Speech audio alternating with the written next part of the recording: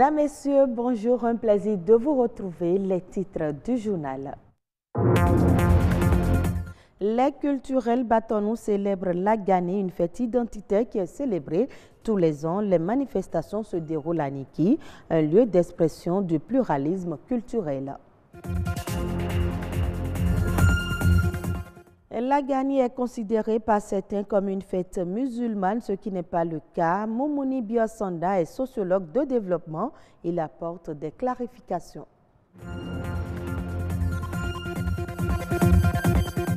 Commémoration du Maouloud, les fidèles musulmans de Cotonou se sont retrouvés pour prier et partager les enseignements contenus dans le Coran.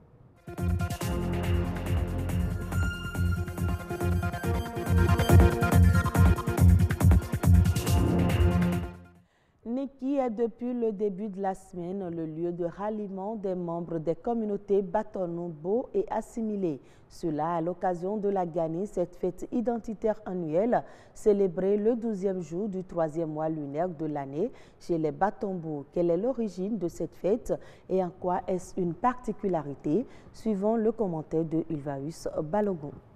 La Gani est une fête identitaire Wassangari.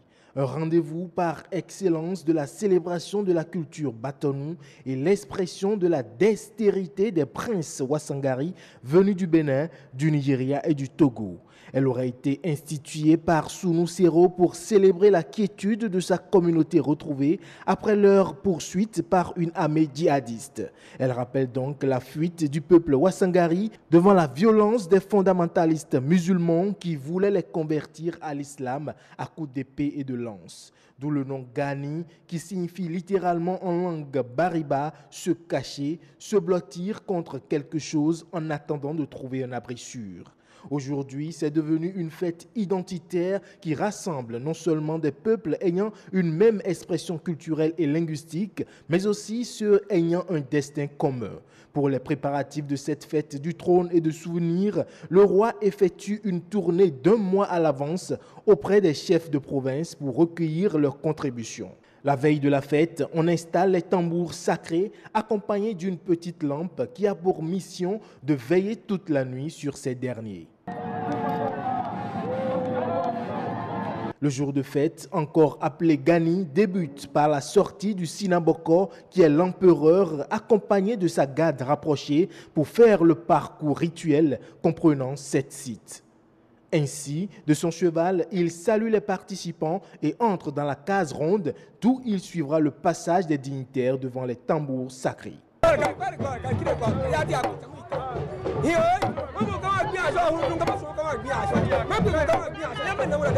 Le second jour de la fête, encore appelé Kayesi, n'est rien d'autre que la réunion des rois, une sorte de cérémonie d'allégeance au Sinaboko.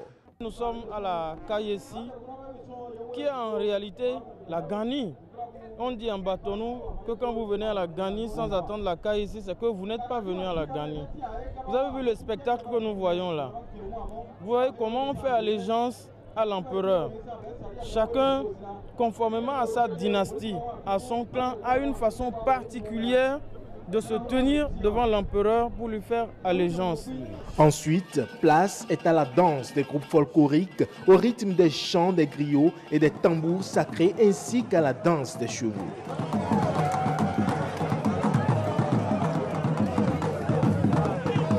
La Gani est l'une des fêtes culturelles et cultuelles les plus féeriques et majestueuses au Bénin. Cette célébration est l'occasion pour visiter les tombeaux sacrés, les hôtels et lieux de culte, les espaces de pouvoir, les traditions orales, les recettes culinaires, les pratiques artistiques et sportives, les chants et danses d'un peuple pacifié où la solidarité est une vertu sociale très prisée. Elle est souvent considérée comme une fête musulmane, mais il n'en est rien. La Gani est l'occasion pour la cité impériale de Niki et toutes les localités qui la célèbrent d'affirmer leur identité et leur tradition. Moumouni Biosanda est sociologue de développement et donne beaucoup plus de détails à propos de cette fête au micro de Françoise Insou et Estelle Pazou. La Gani, c'est une fête traditionnelle, c'est la fête culturelle Batonou qui est célébrée tous les ans à Niki et dans les autres chefferies traditionnelles de l'ère culturelle Batonou. C'est Niki qui est la capitale historique du peuple Batonou et Wassangari. Donc c'est Niki qui donne d'abord sa bénédiction à travers cette célébration avant que les autres chefferies traditionnelles ne puissent maintenant avoir la bénédiction de pouvoir célébrer les leurs dans leurs différentes contrées. C'est à travers cette fête-là que l'on arrive à s'affirmer comme appartenant à une ère culturelle, appartenant à une culture qui est la culture Batonou. Il y a souvent cette coïncidence entre la célébration de la fête de la Gani et la célébration de la fête de Mauloud, qui est la fête de la naissance, qui est la célébration de la naissance du prophète Mahomet. Et c'est d'ailleurs ce qui crée cette confusion pour donner l'impression que la fête de la Gani est une fête religieuse, ce qui n'est pas du tout le cas. La célébration de la Gani a pour origine d'abord la victoire du peuple Batonou sur les envahisseurs musulmans qui voulaient obliger le peuple Batonou à l'islam. Donc c'est dans cette poursuite, ils ont pris une trêve pour célébrer la naissance du prophète Mahomet, qui est d'ailleurs celui qui poursuit ces mêmes Batonou-là. Donc c'est cette poursuite-là qui a permis aux autres d'avoir de l'avance sur ceux qui les poursuivent, et c'est cette façon de célébrer cette victoire sur les musulmans qui est aujourd'hui à l'origine de la Gani. Donc pour manifester, ça se fait à travers des réjouissances populaires et à travers aussi des pratiques culturelles et cultuelles, parce qu'il y a des rites qui se font. Par exemple, on a le parcours rituel du roi, où le roi visite un certain nombre de sites sacrés pour recevoir des bénédictions de ses anciens rois, de ses prédécesseurs, dans la gestion du royaume. Célébration ce 20 novembre de la fête de Mauloud par la communauté islamique de Cotonou, une fête religieuse qui consacre l'anniversaire de la naissance du prophète Mahomet. Certains fidèles réunis à la mosquée centrale de Djonké ont marqué l'événement par une veille de prière et de lecture du Coran. Reportage. Mosquée centrale de Djonké. Il est 2 h du matin et c'est la Mauloud.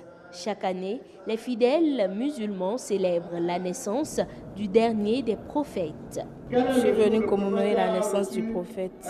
Le prophète, sallallahu alayhi wa sallam, s'est étudié le premier modèle des musulmans. Tout ce que nous faisons, ce n'est pas ce que le prophète nous a enseigné.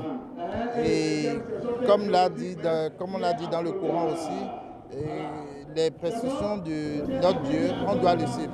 Prière, lecture du Coran, prêche et partage furent les temps forts de cette commémoration. Depuis l'an 1439 de l'Hégire, marquant le départ du prophète de la Mecque à Médine, la communauté musulmane sacrifie à la tradition. C'est une agréable tradition qu'à l'occasion de la naissance du prophète Mahomet, on puisse se souvenir de lui. Et pour cause, comme vous le savez, le Coran, c'est le livre de l'islam. Mais le guide de l'islam, c'est le prophète Mahomet. Au-delà de son aspect religieux, la commémoration de l'anniversaire du prophète Mahomet revêt bien d'autres aspects. Ce glorieux prophète, Mohammed sallallahu alayhi wa sallam, quand il a quitté la Mecque pour aller à Médine, il a fait beaucoup de choses. La Médine était un pays où il y avait beaucoup de saleté. Donc la première des choses, c'est de mettre la propreté dans cette ville. Deuxième chose, il n'y avait pas d'eau. Il fallait creuser des puits pour l'eau. Après, il s'est occupé de la religion en créant une mosquée. Après cela, il a attaqué l'éducation. Il est le premier homme qui a créé une constitution au monde. Donc c'est un grand homme. Il a été chef d'État. Il a été aussi chef d'armée. Il était économiste. Il a été tout. C'est l'occasion pour les imams de rappeler aux fidèles les actes et comportements qu'avait le prophète de son vivant. La vie du prophète sallallahu alayhi wa sallam, c'est une vie miraculeuse. Le prophète est le seul être humain à qui Dieu le Tout-Puissant a associé son nom en 3 lieux. Pendant environ une semaine, les disciples de Mahomet devront réitérer les prescriptions des Saintes Écritures.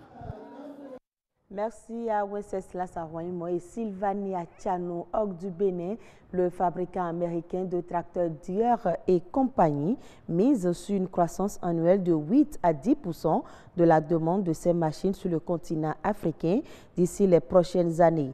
D'après le responsable de développement de l'agriculture commerciale, un moteur important de la demande des pays comme l'Éthiopie, le Zimbabwe, l'Angola et le Nigeria présentent un potentiel significatif de croissance sur le moyen terme. Le concessionnaire local du groupe en Éthiopie discute actuellement avec le gouvernement en vue de l'installation d'une unité d'assemblage de machines agricoles. L'espoir se porte aussi sur le Zimbabwe, qui fut le grenier alimentaire de l'Afrique australe. La production agricole pourrait facilement se remettre et retrouver ses niveaux d'antan. 80% des expéditions de machines agricoles de la compagnie vers l'Afrique sont orientées vers 10 marchés dans l'Afrique du Sud, la Zambie, le Kenya et le Ghana. Le produit intérieur brut de la Tunisie a enregistré une croissance de 2,6% durant les 9 premiers mois de 2018 par rapport à la même période de 2017 selon des données publiées par l'Institut national de la statistique. Au cours du 3e trimestre 2018, le PIB du plus petit pays du Maghreb a enregistré une croissance de 2,6% par rapport au même trimestre de l'année 2017 et de 0,5% par rapport au 2e trimestre de 2018. L'agence de notation financière Moody's avait estimé récemment que le PIB de la Tunisie devrait croître de 2,8% en 2018 et 3% en 2019 contre 1,9% en 2017. L'amélioration de l'environnement sécuritaire qui a conduit à une augmentation des recettes du tourisme et à une demande accrue de la zone euro a jeté les bases d'une reprise de la croissance dans ce pays dont l'économie a été mise à mal par les troubles politiques et sécuritaires consécutifs à la chute du régime du président Ben Ali en 2011. Et ce sera tout pour ce journal, mesdames, messieurs. Merci à vous de l'avoir suivi.